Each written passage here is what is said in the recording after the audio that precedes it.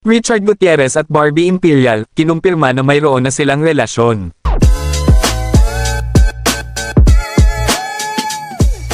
Usap-usapan ngayon ang kumakalat na viral photo ni Richard Gutierrez at Barbie Imperial.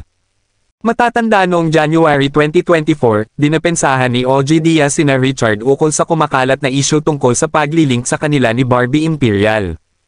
Matatanda na matapos ang kumpirmadong hiwalayan ni Richard Gutierrez at Sara Labati, sinabi ni OG Diaz na wala umanong koneksyon si Barbie at Richard dahil nababalot pa ng lungkot si Richard sa breakup nila ni Sara. Nito lamang nakaraan, nakitang magkasama si Barbie Imperial at Richard Gutierrez. Naging usap-usapan ito ay social media.